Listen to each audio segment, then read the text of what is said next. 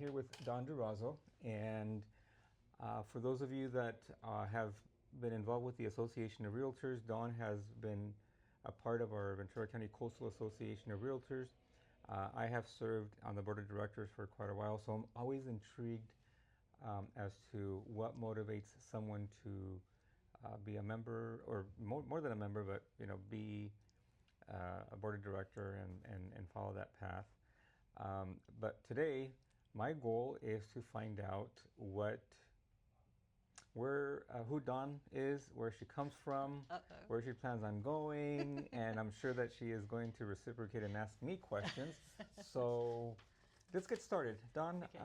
How long have you been in the business of real estate, and then how did you get involved with real estate? So I've been licensed and involved in and out since '97. Took a long break to raise my boys, and then got back in, got my broker's license, I think '08-ish. Had the opportunity to take over Beachview Real Estate and did that, and then have been there ever since as broker owner. So you became a broker in 2008, so 2 years after I became a broker. I know that we have run into each other in this business. So tell us a little bit about before you got involved with Beachview. Beachview?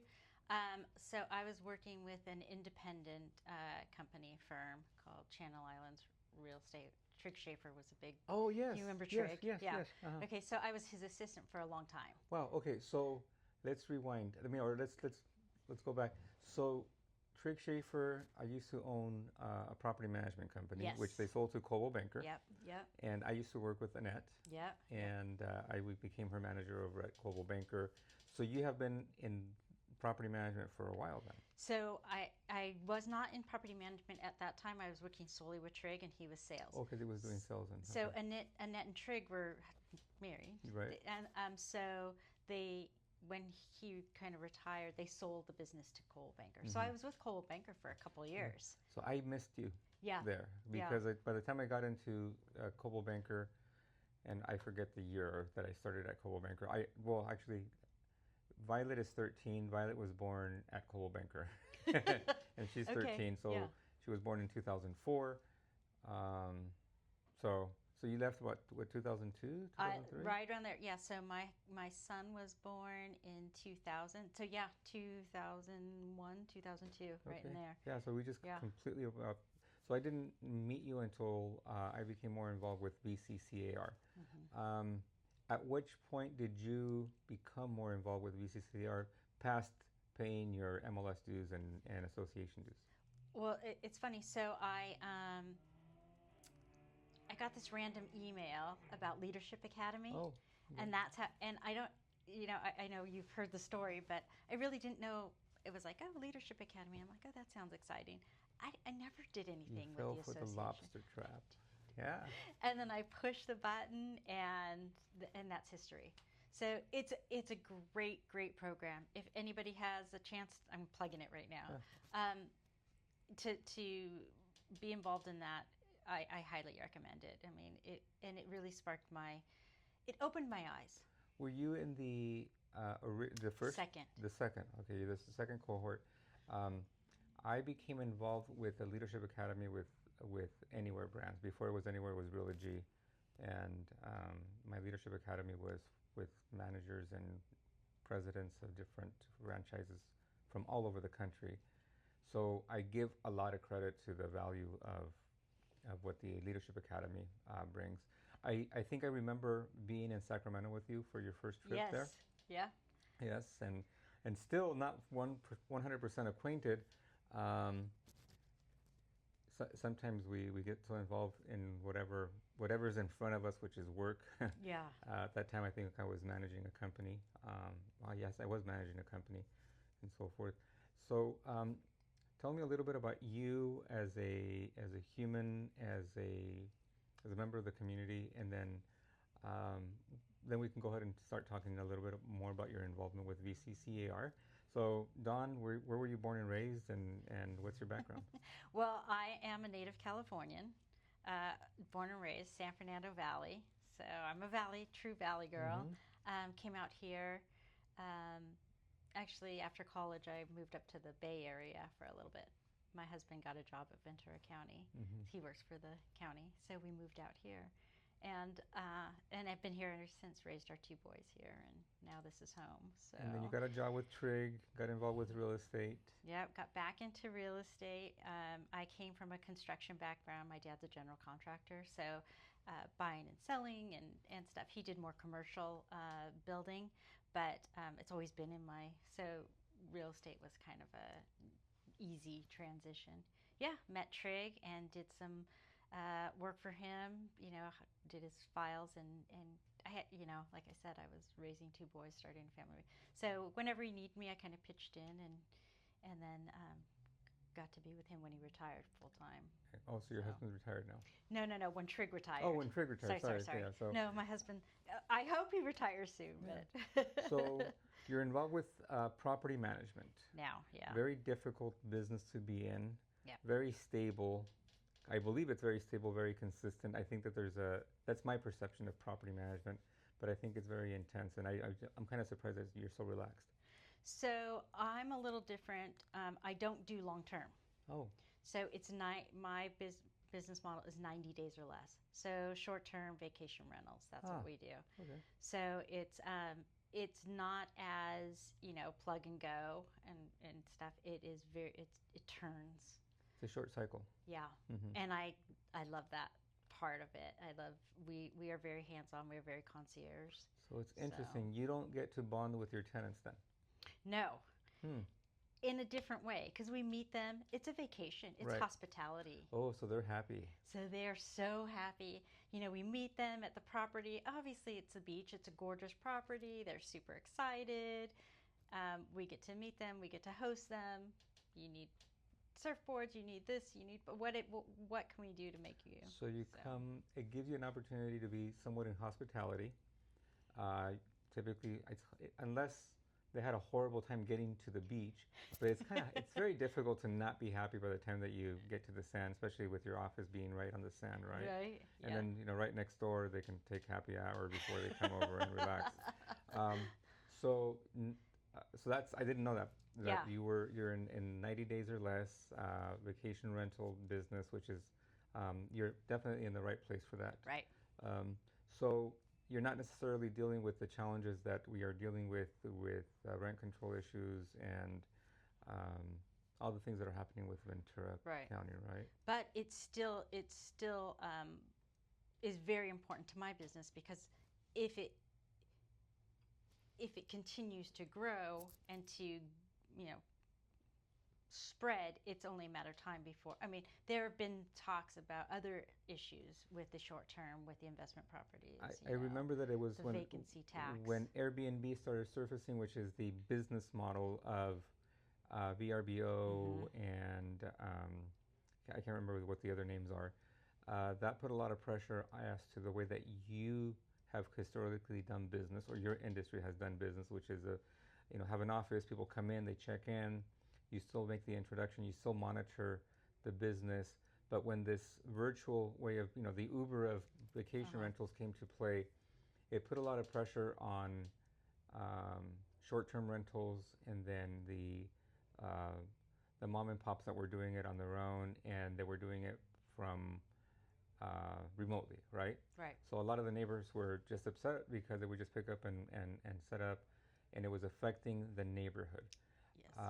I just remembered where we would go to the city council meetings and say, hey, this is the fabric of our community. A lot of people buy these properties. They use it for 3 or 4 weeks out of the year, and they cover the expenses by renting it out through a vacation rental. So you're not immune to some of the challenges of city council meetings. No, absolutely not. And it's funny, people that know my friends and family say I'm an oxymoron, because I live on Hollywood Beach and I live right next door to a rental that I do not manage. Oh, and it's like, yes, yeah, and the down the street, yeah. and so I've been affected by poor management. So, and I've seen, I've come home from, going to my son's baseball game and having cars in my driveway. Yeah. And oh, sorry, I thought we could park here. do I go to your neighborhood and park in your driveway? Like the mentality, and it's poor. I blame it on the management because the communication of like, hey, this is what we tell all of our guests is these are neighborhoods that you're going into with people that work, live, they have, this is their day to day. They are not on vacation, so you really need to be respectful of their community. So setting expectation, and that's Absolutely. part of the management. Yeah. Let's, if you're ready, let's transition over into your candidacy to be a director for Ventura County Coastal Association. What has been so far to date? What has been your experience and your involvement with Ventura County Coastal Association of Realtors? So far, after Leadership Academy, I was a CAR director, and I sat on committees, obviously, at various committees, and then I was elected to the board. Right. So the past 5 years, I've been on the board of directors, with the past 2 being treasurer. Excellent. Which is great. Mm-hmm. Yeah. So now that you have been serving at the, you're not new to this concept of serving at the association level. We know that the paycheck is zero because it's a volunteer position. And now your candidacy is for? Yeah, it's for first vice president. First vice president. I was involved with the association when we restructured the association to be more in alignment with having a better succession plan. And before, it was where you had to be forced to be a treasurer before you would be able to step up to president-elect and then president, right? So now there's additional steps, because if my memory serves me right, just because you want to serve as a treasurer doesn't mean that you want to eventually become president. So the treasurer position serves for 2 years. Oh, it's a 1 year. It's a 1 year term. Okay. Yeah. It's a 1 year term. It's appointed by the president. The intent of the treasurer is to ensure that whatever the business plan and the strategic plan is funded according to the wishes of the board of directors, right? Correct. What was the biggest challenge that you had as a treasurer? Is just that. Just exactly that. Oh, well, we have the money. No. And well, it says this, and explaining and understanding, really understanding how things are funded, and what, okay, this comes out of this pot, this comes out of there. And also, what I'm kind of proud of is bringing to the forefront is really saying, hey, we did X, Y, and Z, and it really worked fiscally. It was a success. Or, hey, it wasn't. Let's bring that back. And just because you have the budget doesn't mean you should spend it. Right. Thank you for that, and I appreciate that. I served as a board as a treasurer.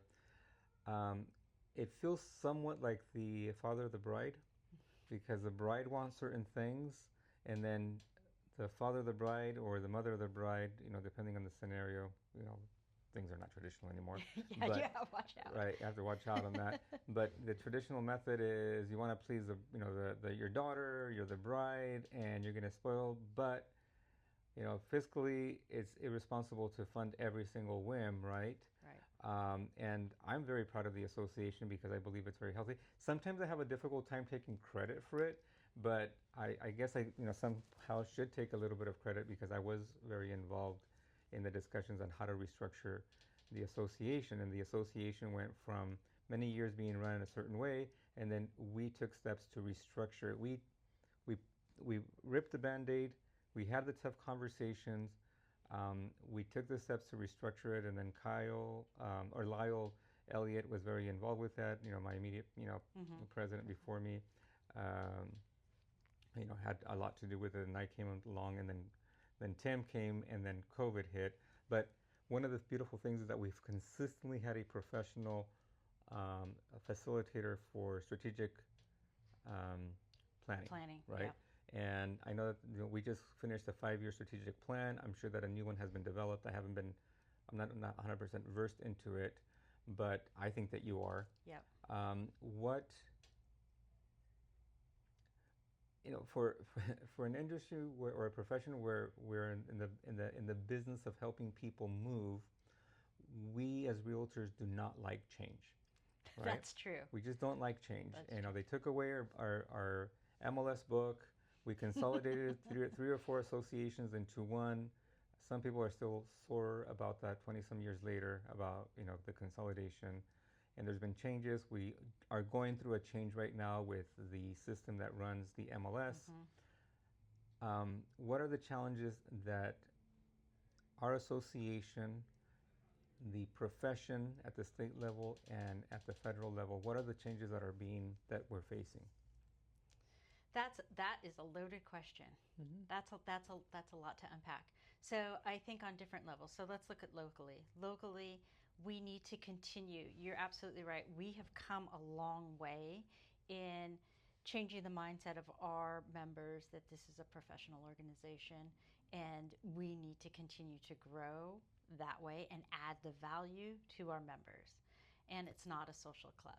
So how do we do that? We still need to have fun and we still need to do Right. things. But also, looking at it and doing things that make sense, that bring value, to the members, that bring in that education piece, or that, that skill piece, or the technology piece, something that they can walk away with saying, oh, okay, I can do this. So that's there, looking at the strategic plan and making sure that it fits the future and not just right now. Also, there's so many things swimming through my head. So statewide, I think it's very similar. I think California's the association has kind of done that pivot, has directed more into the advocacy, because we've all felt the hit of that and not being prepared to fight and to have an eloquent argument for things. So I think that they're really pivoting in that way, and I think nationally, I think kind of the same thing. Is that kind of answer?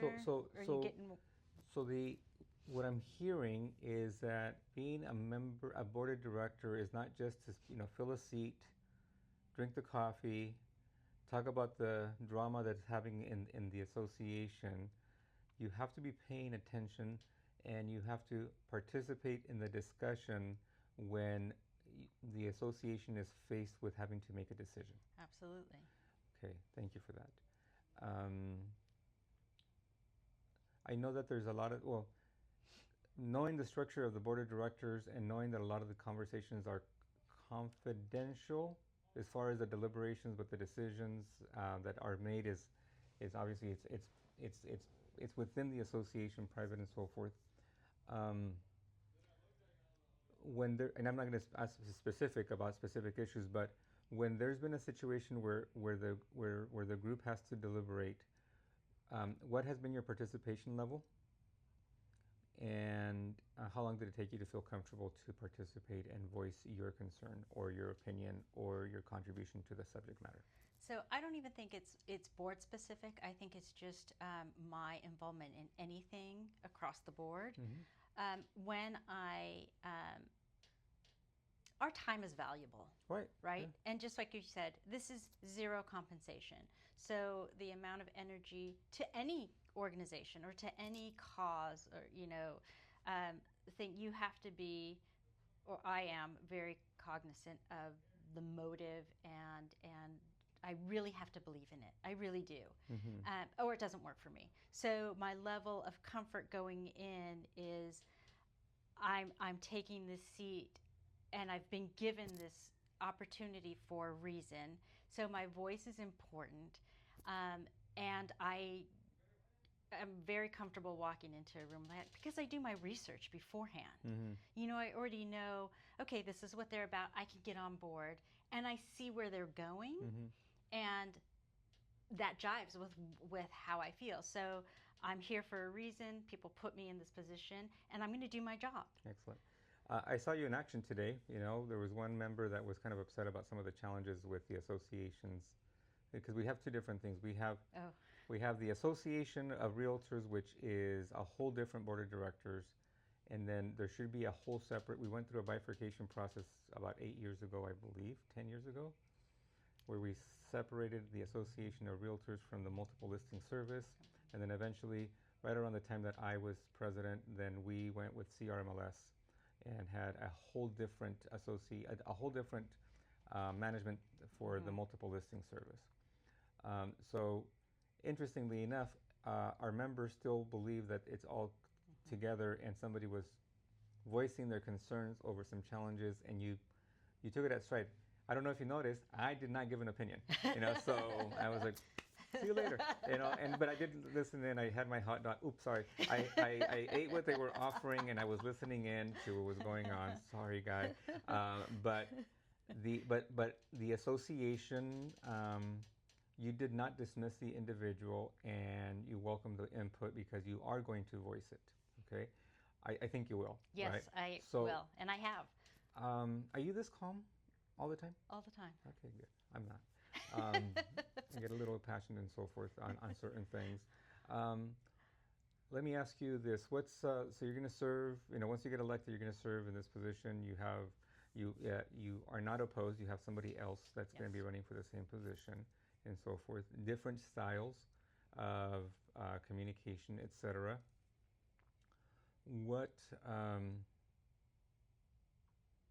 What is your plan for your next year as once you get elected to the position that you are running for? What's your goal? What's your plan? It's very succinct. I think I've kind of said that really for any voters out there to take a look at and really listen to the messages. So my message is let's keep moving forward, to really hanker down, because it's in the budget, because it's in, doesn't necessarily mean that they're good ideas. Right. So we're coming into some, there's going to be a lot of changes in things. And we really need to focus on value for all of our members. Our property managers, they're huge. And I think they're just kind of putting in, they're not getting really a lot of support. And our affiliates, it's been an ongoing conversation, but we need to start not just having the conversations, but start thinking of solutions and how we can bring value to everybody. Right.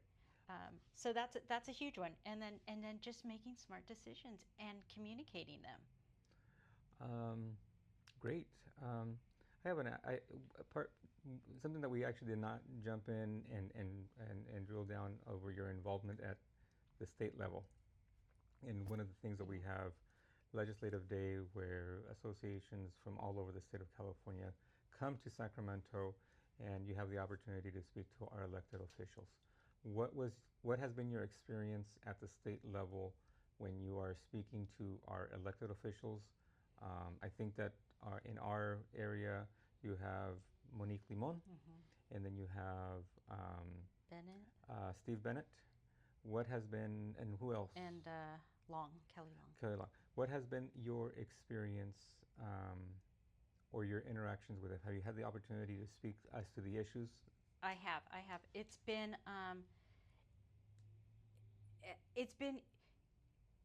interesting. It's been very. They're just normal people, right? So it's taking that, and it's realizing we're all busy. And so you realize, okay, they're doing their job, they're busy, and if you articulate something in a way that makes sense and has substance, and you take the opinion and take the feeling out, and it's like, oh, these are the things, I realize that you'll get a much better response and a more open ear to things, just in general with them. I really like going. It's the more you're prepared, the better you are to have an opinion or to engage in things. So I like it. I like seeing everything at work. At the federal level, have you had the opportunity to speak to Salud Carbajal and our other congresswoman? Not yet. I did have the opportunity yesterday, and unfortunately I couldn't attend because Carbajal had his